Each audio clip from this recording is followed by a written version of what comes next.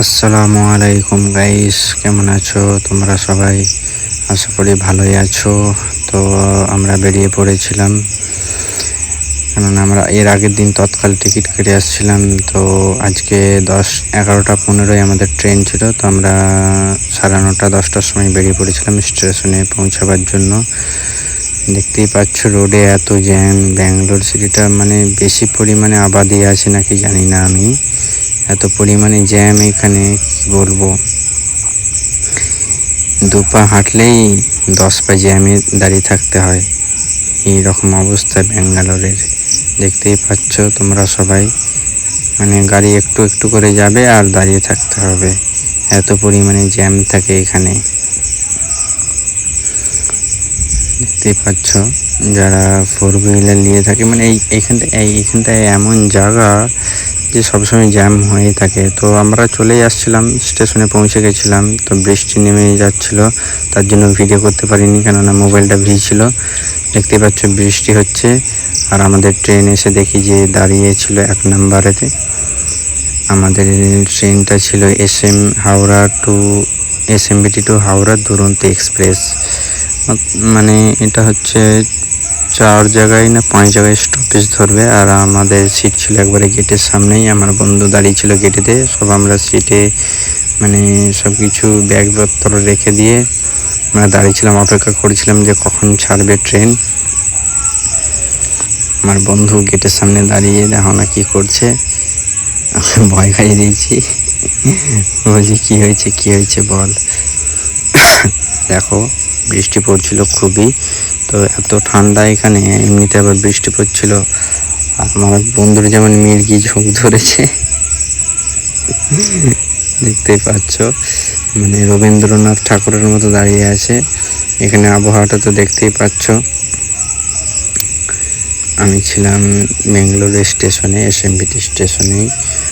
আর সময় তো 11:20 হয়ে গেছিল, তখনও ছাড় ছিল না। মানে আমার ঘড়িটা 5 মিনিট আগে মানে ফার্স্ট ছিল আর কি, মানে 11:15 বাজছিল, তারপরেও ছাড় ছিল না।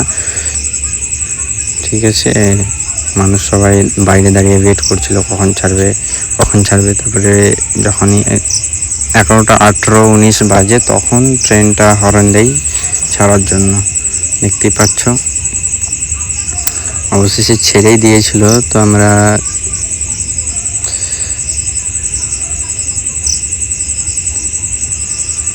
অপেক্ষা করছিলাম যে কখন ছাড়বে। অবশেষে ছেড়ে দিয়েছিল। আর স্টেশনটায় অত ভিড় ছিল না। এর আগের বারে যখন বাড়ি গেছিলাম যে এত পরিমাণে ভিড়, এত পরিমাণে জ্যাম ছিল, কি বলবো, সিটও পাওয়া যাচ্ছিল না। অনেক অনেক অনেক সমস্যার সমাধান হতে হচ্ছিল আমাদের। এখন তো পুরোই ফাঁকা।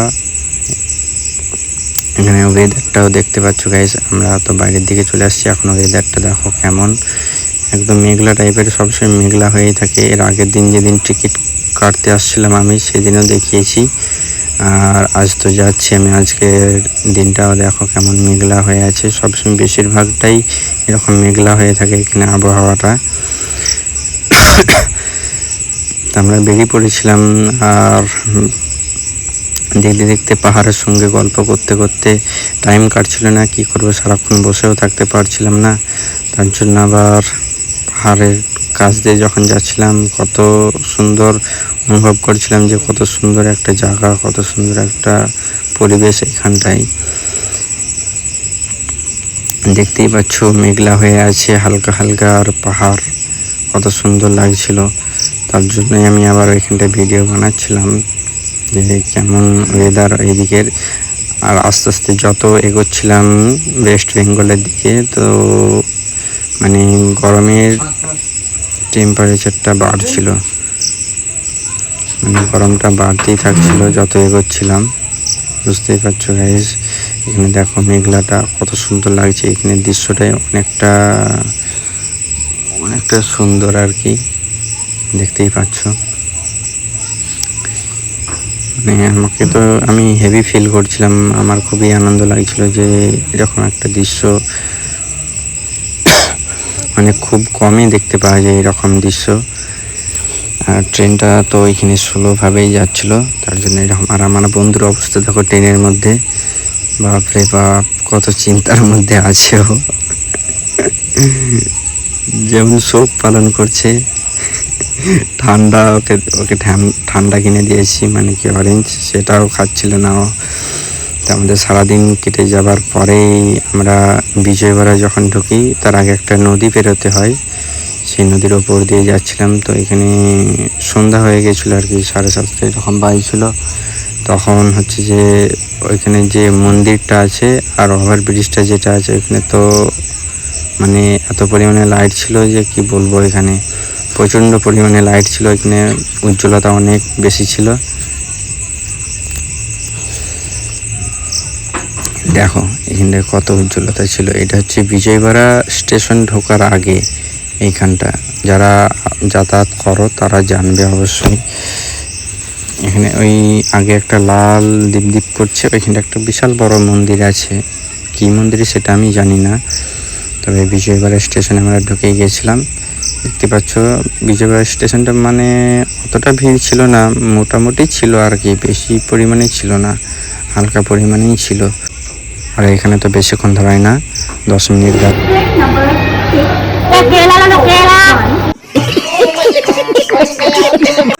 তো গাইস, আমার বন্ধুর অবস্থাটা দেখতেই পেলে তোমরা। তারপরের দিন সে সকালবেলায় কি করছিল, মানে সকালবেলা বলতে কি দুপুরের দিকে, এই 10টার সময় করে, তখন স্টেশনে দাঁড়িয়েছিল খাবার নিয়ে, এরকম করছিল। আর আমরা ঢুকে গেছিলাম খড়গপুর স্টেশনে। আর এই ট্রেনটা এত বড় খড়গপুর স্টেশন, এত বড় স্টেশনেও দাঁড়ায় না, দেখতেই পাচ্ছ। যারা এই ট্রেনে যাতায়াত করে তারাই জানে, স্টেশনে এটা স্টপেজ করে না। একটা বিশাল বড় স্টেশন, এটা একটা ভাবা জিনিস যে এত বড় স্টেশনটাতেও এই ট্রেনটা দাঁড়ায় না। আর স্টেশনটা দিয়েছিল ওই অপোজিট সাইডে। তো এটা মতলব মানে হচ্ছে যে অন সাইড, মানে অফ সাইড দিয়ে বেরোচ্ছিলো আর কি, মানে অনেক আউটসাইড দিয়ে বেরোচ্ছিলো, ভেতর মেন দিয়ে বেরোচ্ছিল না, অনেক আউটসাইড দিয়ে বেরোচ্ছিল। আর স্টেশনটা অনেকটাই লম্বা ছিল, তো বেরোতে স্লোভাবে বেরোচ্ছিল, বেশি স্পিডেও বেরোচ্ছিল না আর বেশি স্লোতেও বেরোচ্ছিলাম, নর্মাল বেরোচ্ছিল আর কি। তো অনেকটাই টাইম লাগছিল, প্রায় 1.5 থেকে 2 মিনিটের ওপরেই লেগে গেছিলো এইখানটাই। আর এমনিতে আমাদের ট্রেনটা আধা ঘন্টা লেট হয়ে গেছিলো। আর আমরা হাওড়াতে পৌঁছে গেছিলাম, তো নামার সময় ভিডিও করতে পারিনি, কেননা অনেকটা ভিড়, সবাই তো তাড়াতাড়ি করে নামার জন্য হুড়োহুড়ি করে দেয়। আর আমি ট্রেন থেকে নেমেই আমার আরামবাগে আমার যাওয়ার জন্য আমি যে লোকাল ট্রেন, তার টিকিট কেটে নিয়েছিলাম। আমার বন্ধুকে এখানে দাঁড় করিয়ে রেখেছিলাম, দেখতে পাচ্ছ ব্যাগপত্র সামান নিয়ে একবারে দাঁড়িয়েছিল। এটা হচ্ছে হাওড়া স্টেশন। আর আমাদেরকে এখন যেতে হবে, আমাদের তো টিকিট আছে, টিটি ধরলেও কোনো সমস্যা নেই। দেখতেই পাচ্ছ আমরা এখন হাওড়া মেট্রো স্টেশনটার গেটে দাঁড়িয়েছিলাম। আর আমরা হচ্ছে যে আমাদের লোকাল ট্রেনের জন্য অপেক্ষা করছিলাম। আর হাওড়া স্টেশনে এত পরিমাণে ভিড় কি বলবো। তো আজ হচ্ছে যে আমাদের মানে মঙ্গলবার ছিল, মঙ্গলবার ওই 5:30 6টা এরকম বাজবে, তখন আমরা হাওড়া স্টেশনে ছিলাম, এত পরিমাণে ভিড়। আর আমাদের ট্রেনটা দিয়েছিল 4 নম্বর প্ল্যাটফর্মে, আরামবাগ গোঘাট লোকাল। তো এত পরিমাণে ভিড় ছিল, আমার বন্ধু দেখো কোথায় বসে আছে, ড্রাম ফ্রামের ওপরে বসে পড়েছিল আর কি, ও সিট পায়নি, তো গেটের সামনে ড্রাম রেখে বসে পড়েছিল। আর আমাদের ট্রেন তো ছেড়ে দিয়েছিল, দেখতেই পাচ্ছ গাইস, মানে এত পরিমাণে গরম ছিল। আর আমরা আরামবাগ স্টেশনে নেমে চলে এসেছিলাম আরামবাগ বাস স্ট্যান্ডে। আর এসে আমাদের 24 নম্বর মানে বন্দর লাইনের বাস ধরে নিয়েছিলাম। এখানে দেখো আমার বন্ধুর অবস্থা দেখো।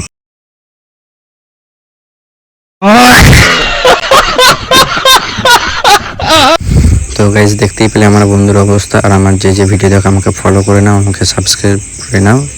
আবার দেখা হচ্ছে পরের ভিডিওতে।